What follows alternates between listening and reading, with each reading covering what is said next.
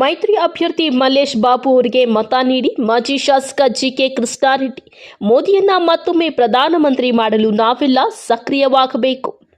ದೇಶದ ಭದ್ರತೆ ಹಾಗೂ ಸುರಕ್ಷಿತವಾಗಿ ದೇಶ ಅಭಿವೃದ್ಧಿಗಾಗಿ ನಡೆಯುವ ಲೋಕಸಭಾ ಚುನಾವಣೆ ಇದಾಗಿದ್ದು, 10 ವರ್ಷಗಳಿಂದ ನರೇಂದ್ರ ಮೋದಿ ಅವರು ಹಲವಾರು ರೀತಿಯ ಅಭಿವೃದ್ಧಿ ಕೆಲಸ ಕಾರ್ಯಗಳನ್ನು ಮಾಡಿದ್ದು, ಮತ್ತೊಮ್ಮೆ ಮೋದಿ ಅವರ ಕೈ ಬಲಪಡಿಸಬೇಕಾದರೆ ಕೋಲಾರ ಲೋಕಸಭಾ ಕ್ಷೇತ್ರದಲ್ಲಿ ಬಿಜೆಪಿ ಜೆಡಿಎಸ್ ಮೈತ್ರಿ ಅಭ್ಯರ್ಥಿ ಎಂ ಮಲ್ಲೇಶ್ ಬಾಬು ಅವರಿಗೆ ತಮ್ಮೆಲ್ಲರ ಅಮೂಲ್ಯವಾದ ಮತವನ್ನ ನೀಡಿ ಜಯಶೀಲರನ್ನಾಗಿ ಮಾಡಬೇಕು ಎಂದು ಮಾಜಿ ಶಾಸಕ ಜಿಕೆ ಕೃಷ್ಣಾರೆಡ್ಡಿ ಅವರು ಮನವಿ ಮಾಡಿದ್ದಾರೆ.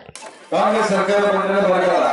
ನಮ್ಮ ಮುಖ್ಯಮಂತ್ರಿಗಳು ಹೇಳಿದ್ದಾರೆ, ಯಡಿಯೂರಪ್ಪನವರು ಬಂದಾಗ ಪ್ರವಾಹ, ಬೊಮ್ಮಾಯಿ ಬಂದಾಗ ಪ್ರವಾಹ, ನಾನು ಬಂದೆ ಬರಲ್ಲ ಅಂತ ಅವರೇ ಹೇಳಿದ್ದಾರೆ, ಮುಖ್ಯಮಂತ್ರಿಗಳೇ ಹೇಳಿದ್ದಾರೆ. ಹಾಗಾಗಿ ಇವತ್ತು ನಿಜವಾಗ್ಲೂ ಕೂಡ ಇವತ್ತು ರೈತರ ಬಗ್ಗೆ ಅವ್ರಿಗೇನಾದ್ರೂ ಕಳಕಳಿ ಇದ್ದಿದ್ರೆ ಆ 4,000 ರೂಪಾಯಿನ ಕಟ್ ಮಾಡಬಹುದಾಗಿತ್ತು. ಆ 4,000 ಜೊತೆಗೆ ಇನ್ನೂ 2,000 ಸೇರಿಸ್ಕೊಟ್ಟಿದ್ರೆ ರೈತರಿಗೆ ನಿಜವಾಗ್ಲೂ ಕೂಡ ಕೇಂದ್ರದಿಂದ ಬರ್ತಕ್ಕಂಥ 6,000, ಇವರು ಕೊಡ್ತಕ್ಕಂಥ 12,000 ರೂಪಾಯಿ ಆಗ್ತಾ ಇದೆ. ಆದ್ರೆ ನೀವು 6,000 ಬೇಡ, ನಮ್ಮ ರಾಜ್ಯದಲ್ಲಿ 4,000 ಕೊಡ್ತಾ ಇರಲ್ಲ, ಅದನ್ನ ಮುಂದುವರಿಸಬೇಕಾಗಿತ್ತು. ಇವತ್ತು ರೈತರಿಗೂ ಕೂಡ ವಂಚನೆ ಮಾಡ್ತೀರಾ, ಅನ್ಯಾಯ ಮಾಡ್ತೀರಾ. ತಾಲೂಕಿನ ಸಂತೆಕಲ್ಲಹಳ್ಳಿ ತಳಕವಾರ ಗ್ರಾಮದಲ್ಲಿ ಕೋಲಾರ ಲೋಕಸಭಾ ಕ್ಷೇತ್ರದ ಬಿಜೆಪಿ ಜೆಡಿಎಸ್ ಮೈತ್ರಿ ಅಭ್ಯರ್ಥಿ ಎಂ ಮಲ್ಲೇಶ್ ಬಾಬು ಅವರ ಪರವಾಗಿ ಮತಯಾಚನೆ ಕಾರ್ಯಕ್ರಮವನ್ನು ಹಮ್ಮಿಕೊಳ್ಳಲಾಗಿತ್ತು. ಈ ಮತಯಾಚನೆ ಕಾರ್ಯಕ್ರಮದಲ್ಲಿ ಮಾಜಿ ಶಾಸಕ ಜಿಕೆ ಕೃಷ್ಣಾರೆಡ್ಡಿ ಅವರು ಪಾಲ್ಗೊಂಡು ಕಾರ್ಯಕ್ರಮವನ್ನು ಉದ್ದೇಶಿಸಿ ಮಾತನಾಡಿ, ಭಾರತದ ಪ್ರಧಾನಮಂತ್ರಿ ನರೇಂದ್ರ ಮೋದಿ ಅವರು ಪ್ರಪಂಚದ ಎಲ್ಲಾ ದೇಶಗಳ ಪ್ರಧಾನಿಗಳ ಜೊತೆ ವಿಶ್ವಾಸ ಸ್ನೇಹ ಬೆಳೆಸಿಕೊಂಡಿದ್ದಾರೆ. ಇದರಿಂದ ಪ್ರಪಂಚದಾದ್ಯಂತ ನರೇಂದ್ರ ಮೋದಿ ಅವರು ಗೌರವವನ್ನ ಇಟ್ಟುಕೊಂಡಿರುವುದರಿಂದ ದೇಶದ ರಕ್ಷಣೆಗೆ ಭದ್ರ ಬುನಾದಿ ಹಾಕಿದ್ದಾರೆ.